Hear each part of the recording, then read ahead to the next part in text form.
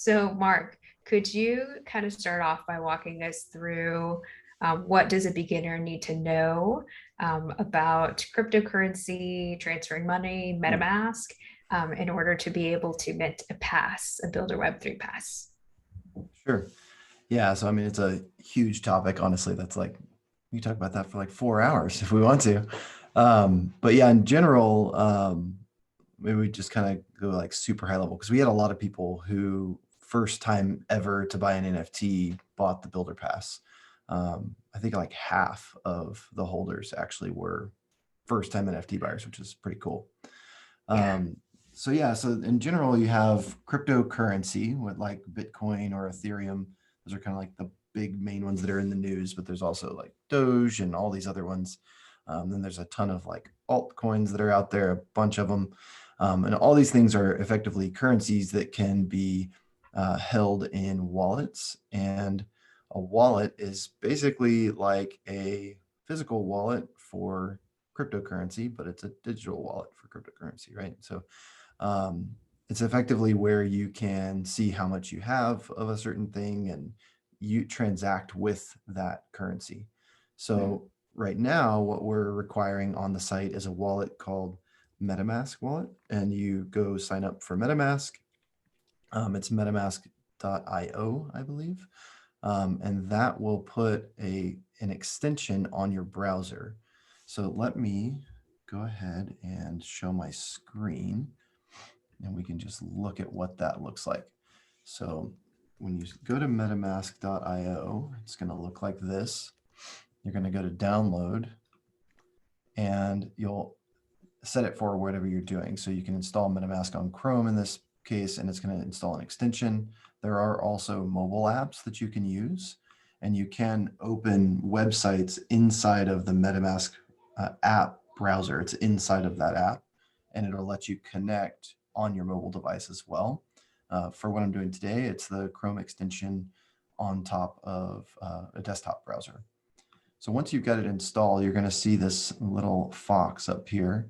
And when you click that, it's going to open your wallet here on the right. Now, when you're doing this, like I'm showing my wallet, this is my account number. All these things are perfectly safe to do.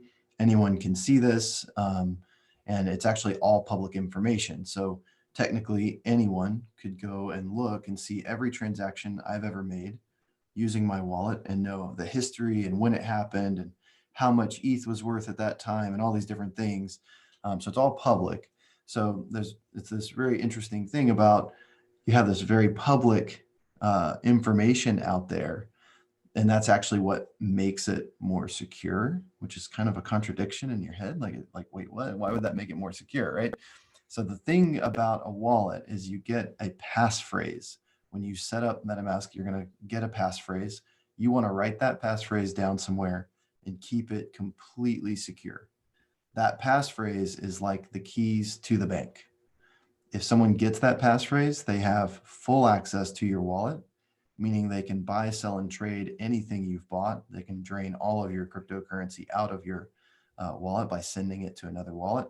So that passphrase is of utmost importance. Like that's the key thing. Everything outside of that passphrase, though, doesn't matter who knows it, doesn't matter who sees it, the account number, all that stuff, none of it makes it insecure. So when you set that passphrase up, write it down somewhere. Don't store it on your computer on like an image, and don't store it on your computer like in a note or something like that, because it's easily found in that way. And you might accidentally screen share and show it to somebody, So you want to be really careful about that. Just don't ever put it on your computer. Keep it on a piece of paper, put it in a safety deposit box, something like that. I And find that probably really ironic yeah, that it's right. like, oh, it's like everything is like in the sphere, but you have to write this down on a piece of paper and like store it somewhere safe, like your freezer. I mean, it's all about sort of, you are the person responsible.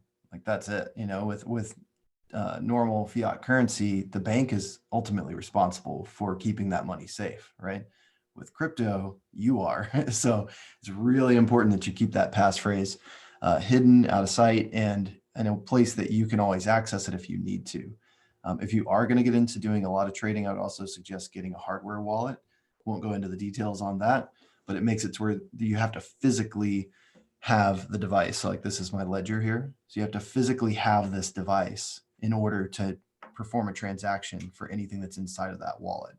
And so no one can do it unless they're with you. And that makes a big difference. And even then you have to have a password on there as well. And so even if they stole it, still can't do anything with it. You know, it's pretty interesting how secure it is just all by yourself. So sorry for the tangent, but I did want to make, like, for brand new beginners, it's really important on that passphrase. Okay, so I've got this wallet on here. And what happens is, let me see if I'm already connected on here or not. I'm not connected. Okay, cool. So what happens is when you go to a site like Bildr, Web3 Builder, where you're wanting to mint something, so you're going to first connect. So I'll connect to the mint button here for the holder pass. And when you do that, it's going to pop open your wallet and it's going to ask you which wallet are you wanting to use. Now you might have just one account inside that wallet, or you might have multiple accounts like I do. Doesn't really matter. The trick here is that you select the account that has enough Ethereum in this case, which is the currency we're using, to actually perform the transaction. So that amount is going to be this 0.08 or 0.16 or 2, depending on what you're buying, plus whatever the gas fee will be, which we can't predict. So you want to have a little more than that in there, and we'll go through it and we can look at the gas and I'll do a little bit of an explanation on that. So the first step is I'm just going to connect. So all it's doing, you know, that all it's doing is viewing the addresses of the accounts. It's not doing anything else. We're not creating a transaction or anything yet. It's just connecting that to the page. And what that did was told Bildr your wallet address, and it opened up the Mint Pass button. So now you can actually mint these. So the first step was I connected. Second step is going to be, what do I want to mint? And this is where, if you want to re-roll the art, do the dark background, and then when you're ready, you mint the pass. So the mint, what it does is it's going to pop open the wallet again, and this is actually running a transaction now. So now it's saying, here's the amount that you're going to pay, the total amount, which is the 0.08 for the pass, plus, looks like 0.0, gas is really high right now, 0.011, which is $45. Like when I minted my holder pass last on Saturday, I think I paid $18 in gas. So gas is very high right now. So this amount just changes. You can actually see it sitting there changing. And that has to do with network conditions. It's sort of like, it's the fees that are going to be charged and paid to the computers that are actually executing the contract that does this transaction between you and Bildr, or you and whatever it is that you're buying. So on the other side, somebody has to process all this, and it's like you're paying a cloud provider effectively. That's really what's going on there. So the gas, we don't control it, but you do need to make sure you have enough in there to do it. So speaking of having enough in there, let's talk about how to get some money into your wallet. There's a bunch of different ways to get money into a wallet. The two ways that I've used in the past are Coinbase. So I have a Coinbase account, which it's not like a 1 minute step or 1 step and 1 minute to get that set up. It's like opening a full-on investment account. So when you do that, you have to put your ID in. They have to confirm who you are. There's like a bank back and forth transaction. It's really making sure that you are who you say you are. And then you move money into that Coinbase account. When you move the money into the Coinbase account from your bank account, you can then send it from there to your wallet. So all the different crypto apps have a send button. And when you click the send button, like on here, I can do send. I can send it to someone I've used before. I can also send it to any address I want. So if Dorian or Cora sent me their address, I could just paste that address in there, tell it how much I want to send, click the button, and it's going to send that ETH from my wallet to their wallet. It's the same exact thing whenever you go from Coinbase into this wallet. There's no difference. So anything that you're sending back and forth to, you're going to have a send button and you send it to your wallet. The fastest way to get your wallet is typically in Metamask as well. You can just click this button and that's your address for account 1. And it's going to copy that to the clipboard, and then you can just paste it wherever you need. So that's my address there. Okay. Now, the other way, so that's Coinbase. That's like bank account, Coinbase investment portfolio, send to the wallet. The other way that Send I to the use, Metamask wallet. send to your wallet address.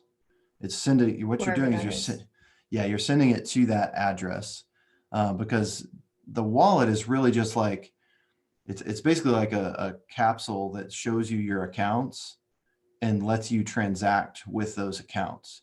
But you can actually, there's multiple ways to do that with that wallet. So, or with that account. So the main thing is you've got this address that you're sending it to, and you use the wallet to take money out of there and send it and buy things with that money that you put into it.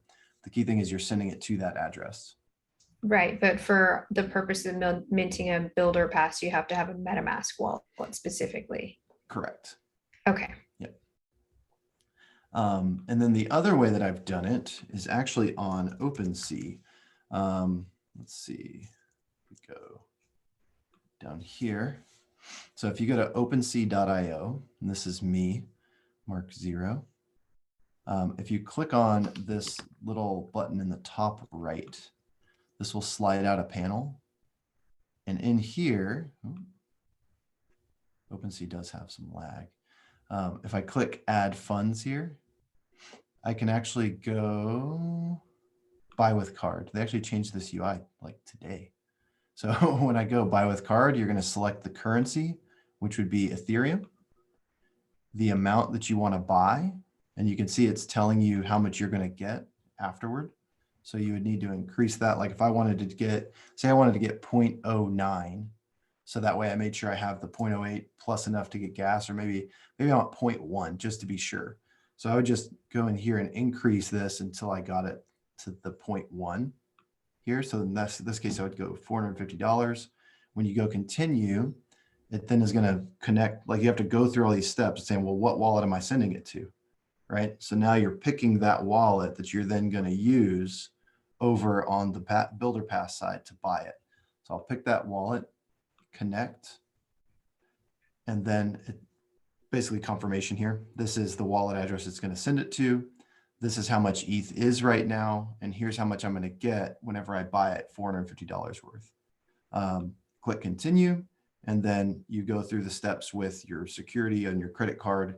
Now, this is a debit card only transaction typically. I think there are some credit cards that will do it. But if you put a credit card number in here, it will actually warn you like, hey, that's probably not going to go through. Like I think the first time I did this, I tried this with a Chase credit card. And MoonPay, which is the service that powers this whole thing, MoonPay said this isn't going to go through because it knew it was like a Chase credit card, and Chase doesn't allow any crypto transactions at all. So most likely you'd have to use a debit card to go this way, but this is probably the easiest way. You do pay a fee. So like in this case, I would pay $27. So it goes from the $450 that I'm going to get, I'm going to pay total of $477.46. So there's some fees in there. There's a processing fee and a network fee that they're charging me to get that money moved. But this is probably the easiest way. As soon as that transaction goes through, it does take a minute. It's going to like buy the crypto. You'll get an email that says you bought it. And then you'll get another email that says we've sent it to you. And then eventually, once it's finished, if you go back into your wallet up here, it'll show you here that amount, and it'll automatically show up. You don't have to like refresh or click a button or anything. It'll just show up in here that you have that ETH. And then as soon as you've got the ETH, you come back here, go back to Mint, and you'll have the ETH in the wallet to make the purchase. I think those are the two easiest ways. So Coinbase or directly on Opensea, using that buy with card, which goes through MoonPay. All right, I think that's it.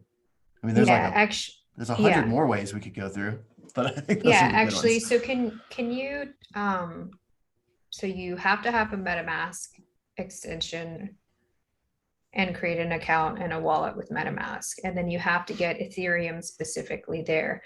Could you tell us a little bit about the network? It has to be Ethereum Mainnet. Because Yeah, I know that there were thank some you for that. people that were trying and it was like showing in euros or something like that. I don't know.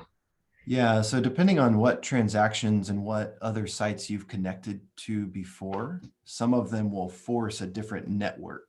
So Ethereum is a blockchain network, basically. So it's the sort of like a global computer that's processing all of these things. That's sort of what the blockchain is. And so I'm connected to that one right now. And you can see it up here in the top right. Ethereum Mainnet is what I'm connected to. Sometimes when you go to a site and you try to buy something, it'll warn you and tell you, hey, you're trying to buy something on a different network like Polygon or something like that. So when I click in here, you can see there's these other ones that I've used in here, like a Rinkeby is a test network that we use to test things like that. So if this is on a different network, your transaction is going to be attempting to use a different currency, and that won't work to purchase the pass. So you just need to make sure that this is selected to Ethereum mainnet when you're attempting to do the purchase, and that this says ETH at the end, right? So it's like this amount in ETH. Okay, super.